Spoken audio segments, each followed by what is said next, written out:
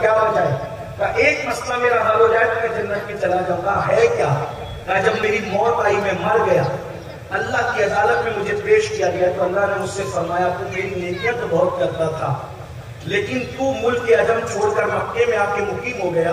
تیرے بعد تیری ایک لوتی بہن، تو نے کبھی اس کی خبر گیری نہیں. مکے میں مرنے کے بعد جنت سے روکا کیوں جا رہے؟ ایک لوتی بہن کی خبر گیری نہیں کی. تم کھاتا رہا، بہن بھوکی نہیں. تو اچھے لباس پہنتا رہا، بہن کپڑوں کو ترستی نہیں. بہن تیرے حقوق کے حوالے سے سسکتی نہیں. تو نے بہن کا حق ادا نہیں کیا، اس لیے ہم نے تجھے جنت سے روک دیا. اب تجھے جہنم میں جاتا ہوں.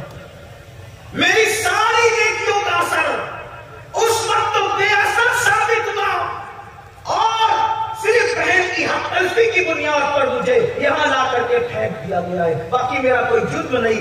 اگر تم اس پہ احسان کر سکتا ہے تو کر.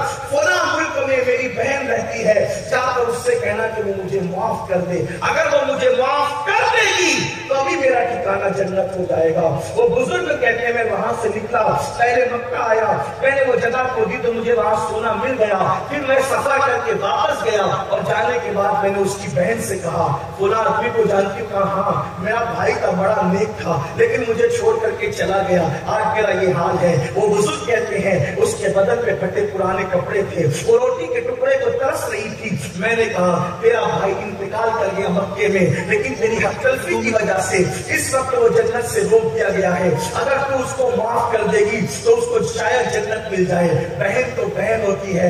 بہن نے کہا گواہ رہنا، میں نے اس کو معاف کر دیا. بزرگ کہتے ہیں ابھی میں وہی مقیم تھا، اس رات میں نے خواب دیکھا، وہ کہہ رہا تھا اللہ تجھے جزائے خیر دے، بہن سے تو نے معافی کیا کروا دی، اللہ نے میرا ٹھکانہ جنت کر دیا. میں آپ سے پوچھنا چاہتا ہوں میرے بھائیوں، بتاؤ آپ اندازہ کریں آج تو بہن ہمیں کتنی بری لگتی ہے. بھائیوں کی بیٹیوں کو اگر اچھے رشتے آ جائیں تو آج سگا بھائی برداشت نہیں کرتا. اگر بھائی کے گھر میں بیٹے ہی بیٹے پیدا ہو تو سگا بھائی برداشت نہیں کرتا. مسلمانوں کیا ہو گیا؟ بلکہ اس سے بڑھ کر آج مسلمان سود کے دھندے کر رہا ہے. سود کے دھندے کر کے لوگوں کے خون چوس رہا ہے. دولت اتنی پیاری ہو گئی، لوگ قرض کسی کو نہیں دیتے، لوگ قرض کسی کو نہیں لیتے. اللہ اکبر، لوگ کسی کو قرض نہیں دیتے بلکہ کہتے 10 دوں گا، 20 دوں گا، 50 دوں گا، 100 دوں گا. دونا دونا سود کھا رہے ہیں. مسلمانوں سود کھانے سے انسان بے مروت ہو جاتا ہے. سود کھانے سے